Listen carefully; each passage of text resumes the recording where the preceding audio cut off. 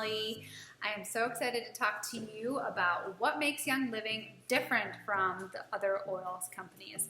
First of all, we are the modern day essential oil company. Gary Young has been working on essential oils for about 40 years. We have been a company for over 25 years. And basically, he started the modern essential oil movement. So we really have so much more research and understanding and science than any other company out there. And the way, I like to tell people, just the way we do oils, our philosophy around oils, there's no comparison. So, we really, people say, I've been using oils for years, or I use this, or I use that. I often will ask, well, what is your goal for using oils? Because if it's just around fragrance, or if it's just around like having a pretty oil bottle in your home, I personally, I'm looking for the therapeutic benefits out of these oils. When I put an oil in the diffuser for sleep, I want sleep support. When I'm looking to boost my immune system, I expect and I attain immune support. So, it's really different. It all depends on what your goal is for using oils based on why you would pick the oils you pick.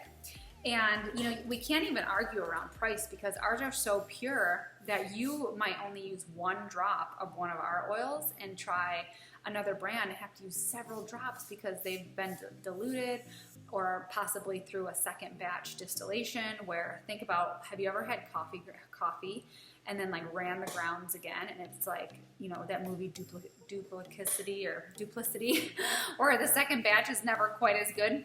We don't do that at Young Living. So far, I have been on 4 farms. I've seen the distilleries, I've seen the distillation, and I have seen in action how much care Young Living puts into everything. I've watched them hand weed the lavender. No other company does that. First of all, no other company actually owns their farms. They buy third party. The farms are a huge expense, but Young Living takes that on because it makes all the difference in the oil, and it really makes our product stand out and work. So if you want to check it out, it's seedtoseal.com is the website, and it goes through why we pick the seeds, why we pick the certain species, why we distill when we distill.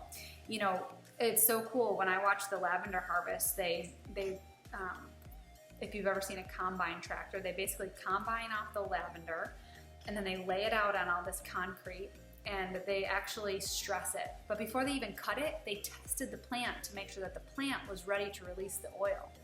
So it's so many steps. And so then they stress the lavender on the concrete, flip it over, stress it again, because that's how, have you ever picked a flower but you had to rub it to get the oil to come out or the scent to come out? So that's what they've learned. You have to stress the plants to actually get it to release its oil. And the same when I watched the Royal Hawaiian Sandalwood be distilled, they actually harvest the trees that are ready to die because the tree is purging the oil to try to fix itself, but when in reality it's dying. So then when the lavender has been stressed, they put it into the distillery and then they start steam distilling it, and it's really cool to see the difference, how you see the steam and the oil. It's just amazing. So there is so much that goes into all of our testing, how we do it, no chemicals, no pesticides. It is beyond organic.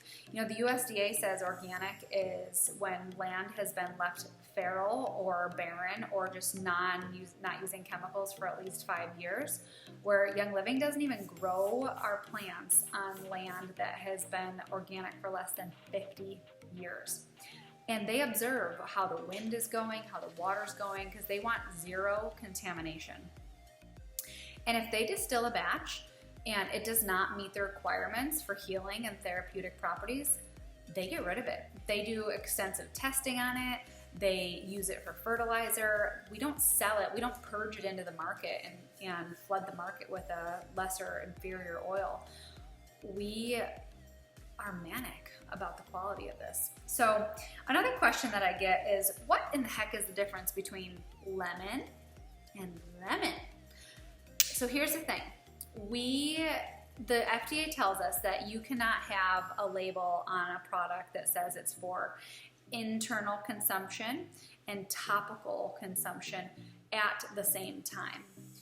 So we went through the process to do vitality labels, and we have probably put this vitality label on, I want to say, about close to 50 oils, that just to make it very user friendly, to understand that you can ingest these oils like seamlessly, very user friendly, good to go for ingestion. So you can put them in a capsule, like a little veggie capsule. You can get those from Young Living or pick them up from your local food store.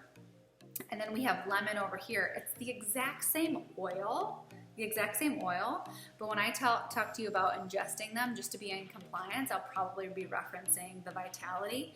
But if I run out, I use this. Or if I just want a bigger, like these ones only come in the bigger bottle. If I go through a lot of lime, a lot of citrus, a lot of lemon, I often you'll see me with the bigger bottles. So that's a question that I get a lot. I hope that clears things up for you. The oil is exactly the same. There's no difference in the quality or anything with the oil. It has to do with the labeling and us being in compliance with the powers that be. So I hope this helps, and I can't wait to see you down the road.